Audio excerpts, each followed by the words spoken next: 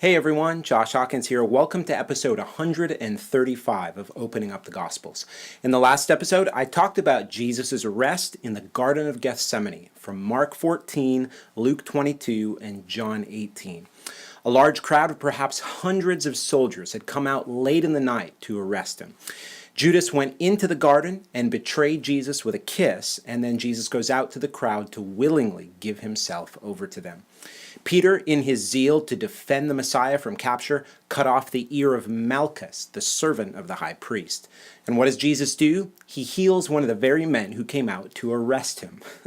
Oh, his compassion and kindness knows no bounds. In today's episode, we're going to look at John's record of what immediately follows after Jesus is led away from Gethsemane and all of his disciples flee. So let's read from John 18. So the band of soldiers and their captain and the officers of the Jews arrested Jesus and bound him. First they led him to Annas, for he was the father-in-law of Caiaphas, who was high priest that year. It was Caiaphas who had advised the Jews that it would be expedient that one man should die for the people. Now, before we develop the details of the text, I want to remind you of something I talked about several times throughout this series because it's very pertinent to what we're looking at today. As we become more and more familiar with the passion narratives from the Gospels, we'll notice that John's account is very different from the others. For example, John alone is including the detail that Jesus was first led to Annas' house. And as we'll see, John alone records the private inquisition of Caiaphas, and John will completely skip over the entire scene where Jesus stands before the whole Sanhedrin. And that's something that all three of the other Gospels include. So, is this somehow in tension with the other Gospels? I don't think so. As I've said before, John's Gospel is complementary to the others. He's adding things that they don't include. And if it wasn't for the supplemental information from the other Gospels, omitting some of the most important details of Jesus' final night would have to be viewed as a massive oversight on John's part. It doesn't have to do with his ignorance either, because he was around for so many of the events as an eyewitness of everything that night. John is once again being intentionally complimentary here. So let's talk about the text. Jesus and the crowd who had come out to arrest him proceeded down the slopes of Olivet, through the valley of Kidron, and back up into the city of Jerusalem. John says that he was first led to the house of Annas. So let's take a look at a map. The palace of Annas was likely here in this very wealthy residential area. Likely the crowd, composed of both Roman soldiers and Jewish temple guards, would have headed toward the Antonia fortress upon leaving the garden. They would probably have avoided the temple so as to not cause a stir from anyone seeing a huge mob with the well-known prophet from Galilee. They wanted to get him off the streets as soon as possible because this entire proceeding was completely against the Jewish law. I'll talk about that a bit more in the next episode. Upon entering the city without incident, the Roman soldiers would probably have headed back to the Antonia fortress, and the Jewish guards would have taken Jesus to Annas' house. Now, who is Annas? History says some things about him, and John says specifically that he was the father-in-law of Caiaphas, who was the high priest that year. From the human perspective, Annas was the most powerful Jew in the nation at the time of Jesus. He had been high priest in the past from 6 to 15 AD under Quirinius, and 5 of his sons would succeed him in that office. He was the head of the Sadducean family that essentially controlled the priesthood, and thus a good portion of the Sanhedrin, which is the ruling council of the elders and the priests in Israel. Now, after he was the high priest, he handpicked the next 5. So he really was the guy running the show in Jerusalem behind the scenes. Because of that, the temple was basically his domain. He was so rich, he was benefiting so much from the entire temple system. Annas was likely the one who secured the detachment of Roman troops to go with the temple guards to arrest Jesus. And as a Sadducee, he had no religious convictions at all that would keep him from gaining as much favor as he could from the Romans. History would later record the gruesome death of his house in the Jewish war. Now, why would Jesus be led to Annas first?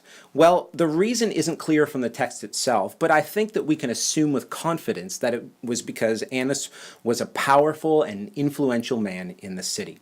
Author Samuel Andrews says, Various causes have been assigned why he should have been taken to Annas. and that his house was near at hand, and here the Lord might be kept safely till the council assembled. That he was president or vice president of the Sanhedrin, and so had a legal right to examine him. That he occupied the same palace with Caiaphas. That he was the father-in-law to Caiaphas, and therefore this mark of respect was shown him.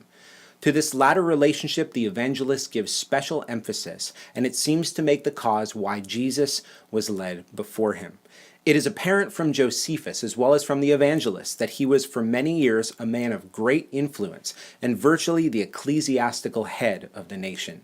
It is in this personal reputation and authority that we find the explanation of the fact that Jesus was taken to him first. As the former high priest, as the father-in-law of Caiaphas, as an experienced and able counselor, a wish on his part to see so noted a prisoner, aside from other reasons, would sufficiently explain why the Lord was led before him. Now, one of Andrew's assumptions was that Annas occupied the same palace as Caiaphas. However, we know that's not actually the case, as we'll see in a moment. Nonetheless, the rest of what he said, I believe, is true. If the Roman guards had left at this point, and though it was late in the night and much of the activity in the city had come to a close, it would still be to their advantage to get Jesus off the streets and behind closed doors as soon as possible. And also, as Andrews mentioned, it would have been necessary to wake the members of the Sanhedrin to come to the house of the high priest Caiaphas for Jesus' trial. This would take some time, obviously, and even a brief delay at Annas' house would have given time for that. So let's keep reading from John 18. The high priest then questioned Jesus about his disciples and his teaching. Jesus answered him, "I have spoken openly to the world. I have always taught in synagogues and in the temple where all Jews come together. I have said nothing in secret. Why do you ask me? Ask those who have heard me what I said to them. They know what I said."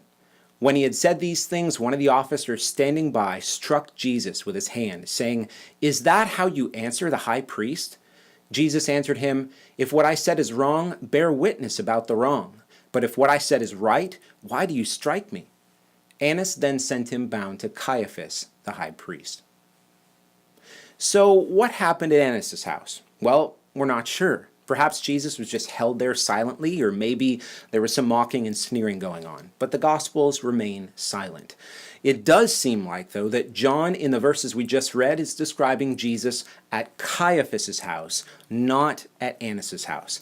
There's a couple of things that I think can give us that confidence. First, Caiaphas is mentioned as the high priest 6 times in the Gospels, and John calls Caiaphas the high priest 3 separate times.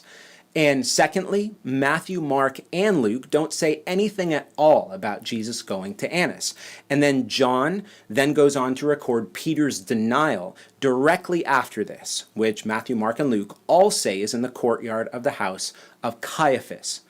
But you might be thinking, well, what about verse 24? Doesn't that say that Annas then sent Jesus to Caiaphas, the high priest? Well, the Greek word here is apostelin and is translated by the King James Version as had sent. Several commentators agree that this should be translated this way, not as then sent.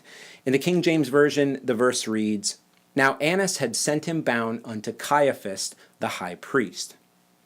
And Samuel Andrews goes on to say, "All here depends upon the point whether apostelin can be translated as in our version, had sent.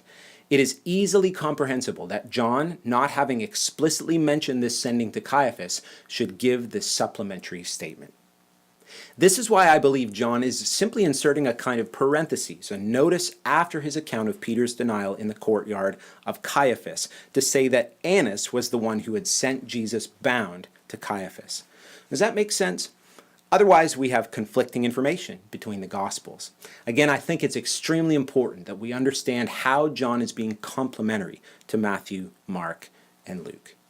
All right, so with all that said, let me summarize what's happened so far. Jesus is arrested in Gethsemane by a huge garrison of Roman soldiers and temple guards.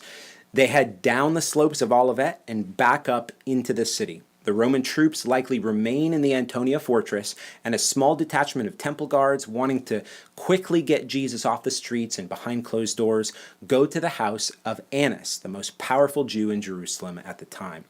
Members of the Sanhedrin, the Jewish ruling council, are awakened and begin coming to Caiaphas' house. And at some point after that, Jesus is bound and sent to Caiaphas' house by Annas. It's there in the courtyard of Caiaphas where Peter and John are, and where Peter denies Jesus 3 times. In the next episode, we'll take a look at the inquisition of Caiaphas as well as the larger interrogation of Jesus after the rest of the Sanhedrin arrives. If you've missed any of the past episodes in the series, you can find them all on my website, www.joshuahawkins.com/gospels. God bless, and come back next time.